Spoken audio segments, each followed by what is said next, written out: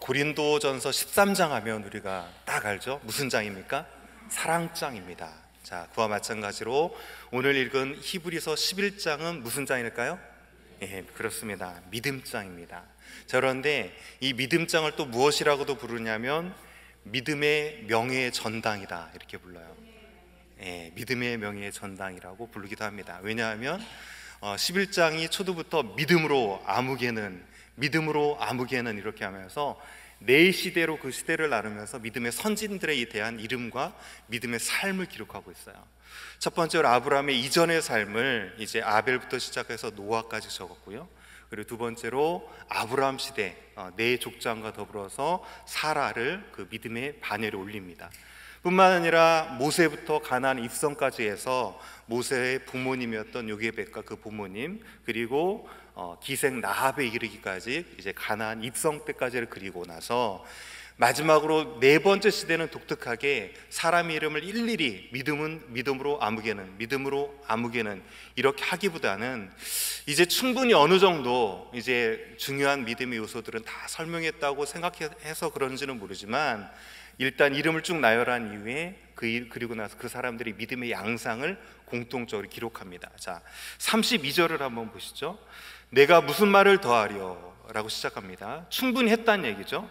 기드온, 바락, 삼손, 입다, 다임 및 사무엘과 선지자들의 일을 말하려면 내게 이제 시간이 부족하다라고 하면서 그들의 믿음의 양상의 특징들을 쭉 기록하고 있다는 사실입니다. 믿음의 명예의 전당에 오른 선진들의 사람들을 한 사람 한 사람 보면 다양한 삶을 살았고 다양한 믿음의 요소를 가지고 있을지 모르지만 그들의 삶과 행위의 모든 근거는 믿음이었어요. 그들은 믿음으로 생각했고, 그들은 믿음으로 바라보았고, 그들은 믿음으로 행동했고, 그들은 믿음으로 살았다는 사실입니다.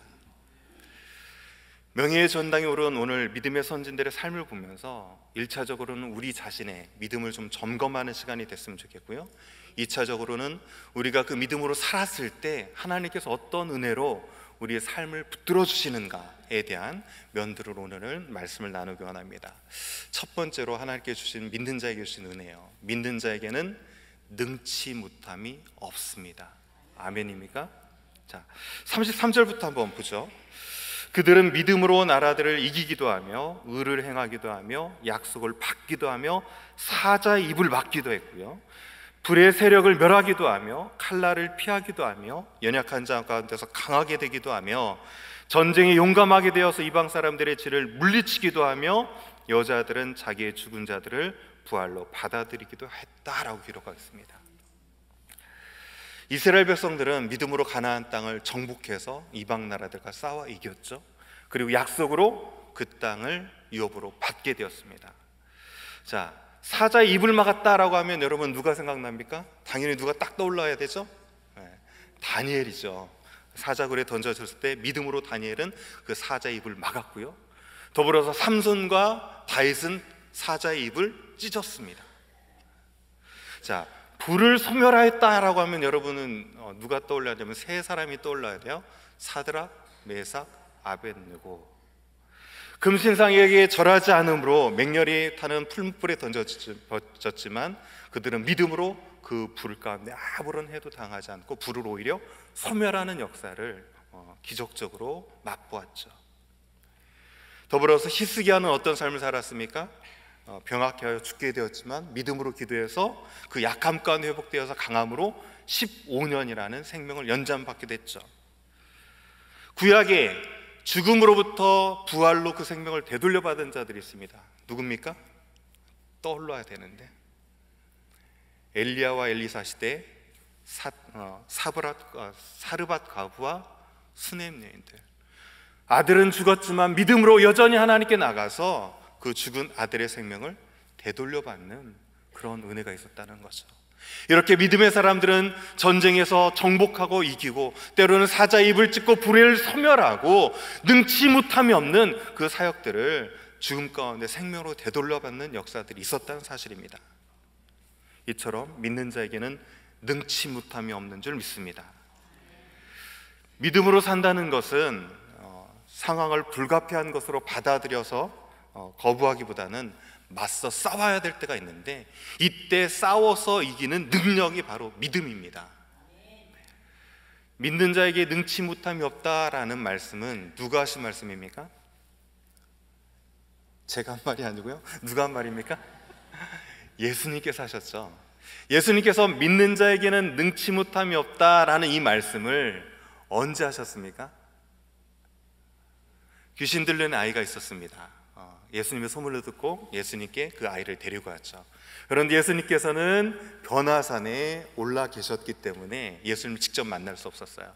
1차적으로 그래서 그 제자들에게 병을 고쳐줄 것을, 귀신 들린 아이를 쫓아줄 것을 간청했죠. 그런데 그 제자들이 어떻게 됐습니까?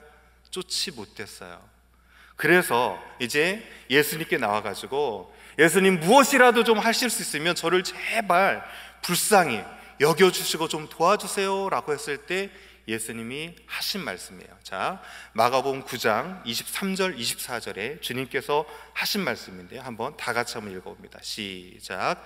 예수께서 이르시되 할 수 있거든이 무슨 말이냐, 믿는 자에게는 능히 하지 못한 일이 없느니라 하시니, 곧 그 아이의 아버지가 소리를 질러 이르되 내가 믿나이다, 나의 믿음 없는 것을 도와주소서 하더라. 자, 분명히 어떻게 보면 이것은 간절한 간청이자 도전적인 질문일 수 있어요. 예수님, 당신의 제자들은 이 귀신 못 쫓아냈습니다. 당신 하실 수 있겠어요? 하실 수 있다면 좀 무엇이든지 해보시죠 라고 하는 도전이자 간절함일 수 있어요. 그렇다면 여기 보면 좀 이상한 게 있습니다. 뭐라고 예수님이 대답해야 되냐면, 내 제자들은 능히 하지 못했지만 나에게는 능치 못함이 없다라고 분명히 대답하셔야 되죠. 그런데 예수님께서는 나에게는 능치 못함이 없다라고 하시는 대신 뭐라고 했습니까? 믿는 자에게는 능치 못함이 없다라고 했어요. 왜 예수님께서는 나에게는 능치 못함이 없다라고 하시지 않고 믿는 자에게는 능치 못함이 없다라고 대답하셨을까요? 그리고 이 메시지를 통해서 우리에게 주시고자 하는 바는 무엇일까요?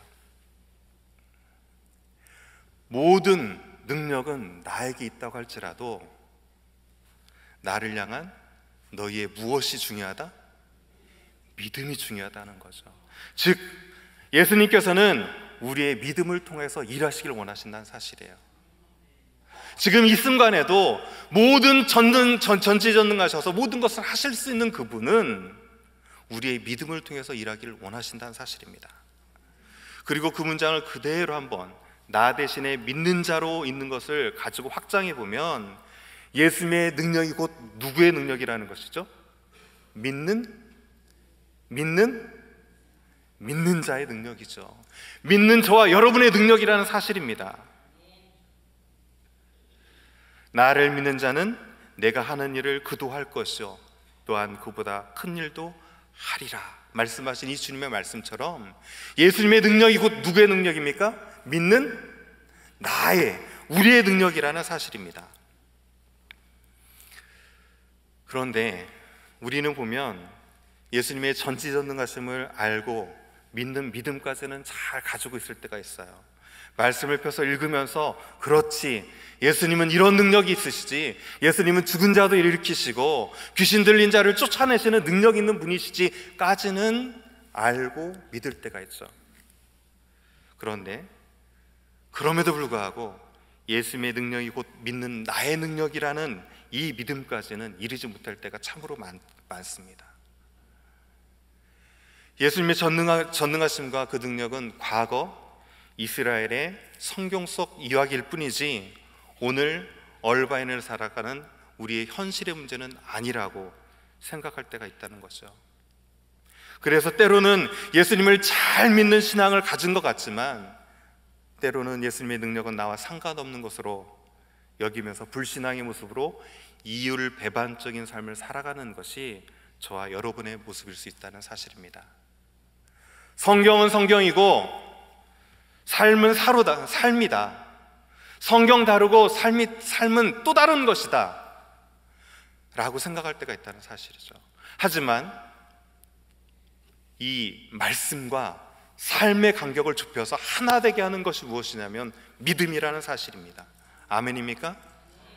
비록 우리는 할 수 없고 우리는 연약하지만 예수님의 능력이 믿는 자의 힘이요 능력이라면 예수를 믿는 우리에게도 능치 못함이 없을 줄 믿습니다. 아멘.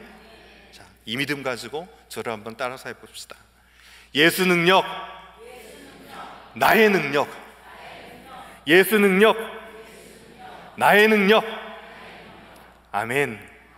이 믿음 가지시고 여러분의 삶 가운데 닥친 어려움 가운데 반드시 싸워 이겨야 될 일이 있다면 이 믿음으로 승리하실 수 있는 귀한 베델의 모든 성도들 되어지기를 주님의 이름으로 간절히 축원합니다.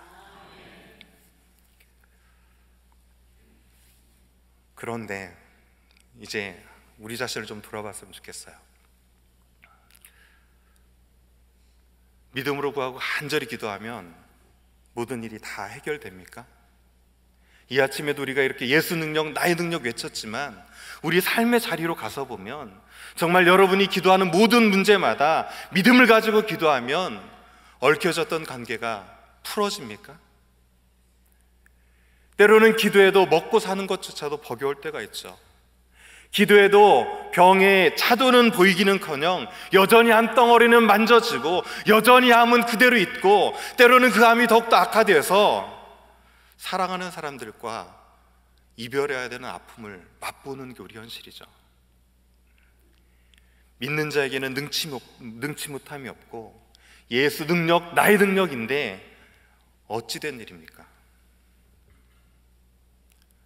그래서 믿음의 선진들에게 배워야 되는 믿음의 또 다른 면이 있습니다. 자, 믿는 자에게 주시는 하나님의 은혜는 두 번째 이것입니다.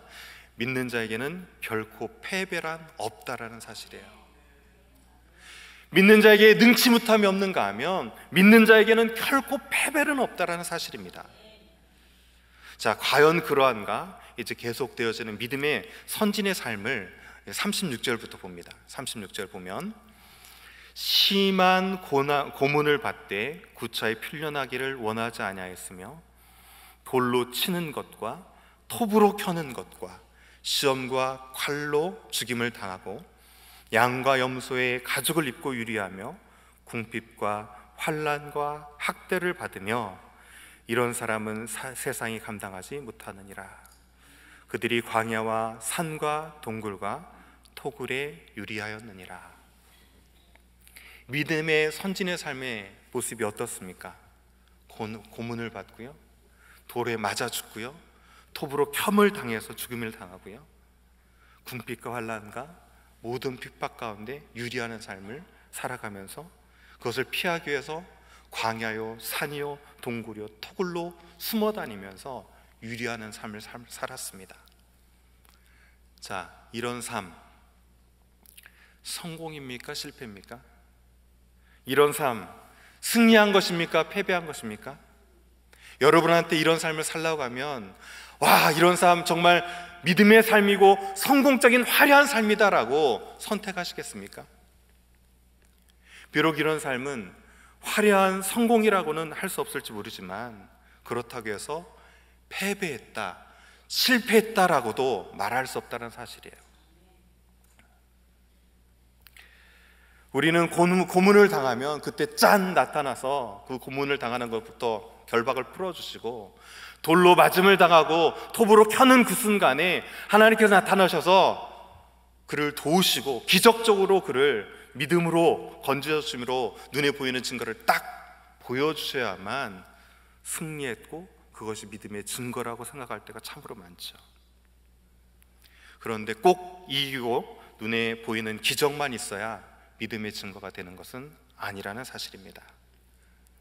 때로 어떤 상황은 우리의 통제를 벗어나거나 우리의 힘으로 어찌할 수 없을 때 믿음으로 산다는 것은 그대로 그것을 수용해야 될 때가 있다는 사실이에요. 그럴 때 그것으로 수용해야 될 때 믿음은 무엇이냐면 그런 고난과 역경 속에서도 흔들림 없이 평안함 가운데 견디는 것이 믿음의 능력이라는 사실입니다. 유대 위경에 보면 이사야 승천서라는 것이 있어요. 그곳에 보면 선지자 이사야의 순교의 마지막 순간을 이렇게 기록합니다. 이사야가 성전 파괴에 대한 예언을 하고요, 이것을 들었던 므낫세가 그를 잡아오게 합니다. 그런데 그 이사야가 고목나무가 있어서 그 통 안으로 들어가요. 그런데 그 나무에 잎이 피면서 그 나무가 살아있는 나무처럼 딱 바뀌어요. 그런데 그 안에 이사야가 숨어 있는 것을 므낫세가 알게 됩니다. 그래서 그 나무를 어떻게 하냐면 나무 그대로 베어오게 해요. 그리고 그 앞에서 어떻게 했을까요? 통에 이사야가 있는 걸 알고 어떻게 했을까요? 톱으로 그대로 나무를 잘라버렸다라는 기록이 있습니다. 그때 이사야는 큰 소리로 울부짖거나 울지 않았다. 그리고 오직 그는 두 동강으로 잘리는 그 순간까지 성령으로만 말했다라는 기록이 있어요. 우리가 몇 주 전에 목사님을 통해서 살펴봤던 스데반, 돌에 치여서 돌에 맞아 죽는 그 순간까지 어떻게 그는 그 삶을 마감했습니까? 사람들을 저주하고 분을 낼 만도 한데, 하나님 내가 믿음으로 이렇게 살았다면 하나님 이런 일은 없어야 되지 않습니까? 라고 충분히 하나님을 원망하거나 사람을 향해서 분을 냈을 법한데, 그는 어떤 삶으로 그 삶을 맞았습니까? 모르긴 몰라도 그 얼굴은 해같이 빛나면서 영광이 드러나면서 용서의 기도로 그들을 하나님께 맡기면서 그 삶의 마지막을 맞이했다는 사실입니다. 여러분, 믿음은 싸워서 이기는 능력만이 믿음이 아니라, 믿음은 고난을 평안으로 견디는 것 역시 믿음의 능력이라는 사실입니다. 예수님께서도 어떤 싸움에도 이기실 만한 충분한 능력과 힘을 가지고 있음에도 불구하고 온갖 조롱과 고통에도 묵묵히 견디셨고, 모두가 저주를 여겼던 그 십자가에 버림받아 죽기까지 순종하심으로 하나님을 향한 그 믿음을 증거하셨다는 사실이에요. 저에겐 간절한 소원이 있습니다. 여러분을 향한 간절한 소원이 있는데, 정말 예수 믿음으로 말미암아서 예수 능력, 나의 능력 돼서 모든 고난이 딱 끝나고 모든 것이 평탄해지기를 정말 소원해요. 그런데 오랜 시간이 지나면 지날수록 예수 믿는 것에 대해서 조금 더 알아간다면, 예수는 믿어도, 그 믿음은 더욱더 강하여져도 고난은 쉬 사라지지 않는다는 사실이에요. 그때 이 믿음이 필요합니다. 이 고난은 나의 고난인 것과 동시에 예수님의 고난이구나 라는 이 믿음이 좀 있었으면 좋겠어요. 그래서 저를 한번 따라하기 싫을지 모르지만 한번 따라서 해보십시오.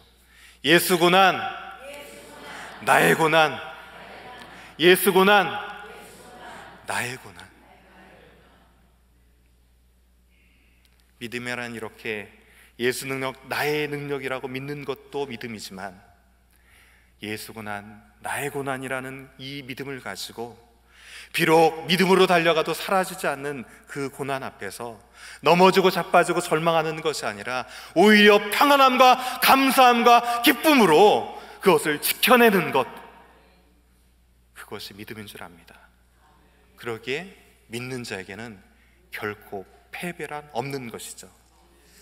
만약에 우리의 삶이 이 땅의 삶으로 끝나고 여러분의 삶이 그렇게 시시하게 이 땅의 삶으로 마침표를 찍어야 되는 삶이라면 여러분은 패배자일 수 있지만, 우리의 삶은 그렇게 시시하게 이 땅의 삶으로 끝나지 않는다는 사실이에요.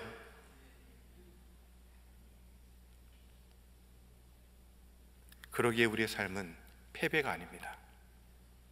자, 믿음의 삶에도, 믿음의 선진의 삶에도 그렇게 끝나지 않았다는 것을 알 수 있습니다. 자, 39절, 40절 말씀 다 같이 한번 읽어봅니다. 39절, 40절 시작.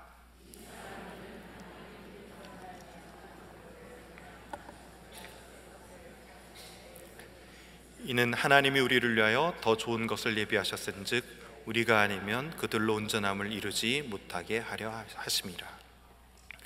이 사람들이라고 하는 것은 그동안에 쭉 소개해줬던 믿음의 명예의 전당에 올랐던 선진들이죠. 그 사람들은 믿음으로 받은 것이 하나 있고요, 받지 못한 것이 있어요. 자, 무엇은 받았습니까? 무엇은 받았습니까? 증거는 받았다고 되어 있죠. 이 증거는 무엇이냐면 믿음의 구약의 많은 선지들 가운데 성경 가운데 약속된 증거가 하나 있었어요. 장차 너희를 구원할 메시아가 올 것이다 라는 증거를 그들의 믿음의 삶을 통해서 기적적으로 약속이 이루어지는 것을 보여주면서 증거로 나타내 주셨어요. 반면에 이런 증거, 즉 시간이 지나면 때가 차면 메시아가 오겠구나라고 하는 이 증거는 받았지만 그들이 받지 못한 것이 하나 있었습니다. 자, 무엇은 받지 못했습니까? 약속은 받지 못했어요. 자, 그렇다면 믿음의 선진들조차 받지 못했으나 우리에게 주신 새 약속, 우리를 위해서 더 좋은 곳으로 예비하신 그 새 약속이 무엇일까요?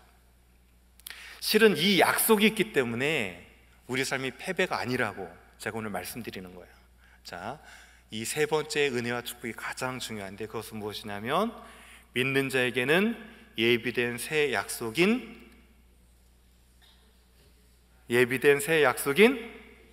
예수가 있다는 사실이에요. 예수님께서는 구약의 믿음의 선진들 가운데 약속했던 그대로 오셔서 십자가로 우리의 모든 죄를 사하시고 모든 사망의 권세를 이기시고 부활로 승리하셨고, 아멘이죠? 죄인된 우리에게 감히 거룩한 하나님께 나갈 수 있는 살 길을 열어주셨습니다. 그런데 놀랍게도 구약의 믿음의 선진들 가운데 주셨던 증거처럼 우리에게 새 약속을 또 주셨어요. 그 약속이 무엇입니까? 구약의 약속을 성취하신 그 예수님께서는 우리를 하나님의 자녀 삼아 주셨을 뿐만 아니라 올라가신 그대로 다시 오셔서 심판하실 것이요, 율법의 의가 아닌 예수 그리스도를 믿는 우리의 믿음을 보시고 저 눈물과 애통과 사망도 없는 천국에서 영원한 생명을 누리게 하실 것이라는 이 약속을 우리 가운데 주셨다는 사실입니다. 오직 믿는 자에게만 밝혀주신 하나님의 비밀이 있습니다. 이스라엘 백성들은 이 비밀을 알지 못해요. 구약의 사람들은 알지 못했어요. 그것은 무엇이냐면 예수님은 2번 오신다는 사실이에요. 메시아는 2번 오신다는 사실이에요. 구약의 수많은, 그리고 오늘날 현대 유대인들은 예수님은, 즉 메시아는 한 번 오실 것으로만 알고 있어요. 그러니까 그 메시아가 오면 모든 나라에 평안이 임하고 회복될 것을 꿈꾸고 살아가죠. 그렇지만 우리가 아는 비밀이 있죠. 우리가 아는 약속이 있죠. 무엇입니까? 그 예수 그리스도는 약속대로 이미 한번 오셨고, 아멘? 뿐만 아니라 그 약속 그대로 하나님의 때가 되면 장차 다시 오실 것이라는 이 비밀은 저와 여러분만이 아는 비밀이라는 사실입니다. 이 비밀을 아는 자만이, 이 비밀을 새 약속으로 받은 자만이 우리 삶이 어떻든지 간에 그것을 패배로 여기지 않고 하나님 나라를 꿈꾸며 믿음으로 걸어가서 승리할 수 있다는 사실입니다. 여기 계신 모든 분들은 예수님이 이미 한 번 오셨던 것처럼 비록 우리의 삶이 이 땅이 나그네같이 힘들고 어려울지라도 그분은 장차 다시 오실 것이며, 다시 오셔서 우리의 연약함을 보시는 것이 아니라 우리의 믿음을 보시고 의롭다 칭해서 그 하나님 나라에 영원히 거하게 하실 것이라는 이 믿음의 약속을 붙들고 승리하실 수 있기를 간절히 소원합니다. 이제 오늘 11장의 결론을 히브리서 기자는 11장에 기록하지 않았어요. 너희가 이 모든 사실을 아느냐? 그러면 믿음의 선진을 따라 사는 자처럼 어떠한 삶을 살아야 되느냐 하는 이 결론을 11장에 기록한 것이 아니라 그 삶에 대한 결론을 12장에 기록합니다. 자, 그래서 내일 저희가 PTR 본문이긴 하지만 12장 1, 2절을 잠깐 살펴봅니다. 12장은 이렇게 시작합니다. 이러므로 라고 되어 있죠. 너희가 이 모든 것을 아느냐? 그렇다면 이제 너희가 어떤 삶을 살아야 되냐면 이렇게 살아야 된다라고 하는 결론을 도전적으로 적용적으로 저희에게 주는 거죠. 이러므로 우리에게 우리를 구름과 같이 둘러싼 허다한 증인들이 있으니 모든 무거운 것과 얽매이기 쉬운 죄를 벗어버리고 인내로써 우리 앞에 당한 경주를 하며 믿음의 주요 또 온전케 하실 이인 예수를 바라보자 라는 거예요. 믿는 자에게 가장 큰 축복이 은혜는 무엇입니까? 믿음의 주요 온전케 하신 예수가 있는 것인 줄 믿습니다. 아멘. 우리에게 믿음 주신 분도 예수님이시고, 비록 현재의 나의 모습은 때로 부족하고, 때로 말씀대로 싸워서 이기지 못하고 넘어질 때도 있고, 때로 그 고난 중에 견디지 못하고 쓰러질 때도 있지만, 장차 우리를 예수 그리스도 닮은 온전하게 하실 그분도 누구시다? 예수님이시다라는 사실이에요. 여러분을 절망 가운데 빠뜨리는 것이 있습니까? 그럴지라도 예수님 때문에 다시금 소망을 품으시기를 원합니다. 여러분 넘어져 계십니까? 그렇다면 예수님 때문에 다시 일어서시기를 소원합니다. 오늘 여러분을 슬프게 하는 것들이 있습니까? 예수님 때문에 위로받으시고 예수님 때문에 눈물 닦으시기를 간절히 소원합니다. 우리는 이 땅을 비록 나그네처럼 살아가지만 우리의 시민권은 저 천국에 있음을 알고, 우리를 기다리시며 지금도 응원하시는 예수님을 바라보면서 믿음으로 승리하셔서 저 천국의 명예의 전당에 여기 계신 모든 분들이 한 사람 한 사람 이록이 기록되어지는 귀한 믿음의 승리가 있기를 주님의 이름으로 간절히 축원합니다.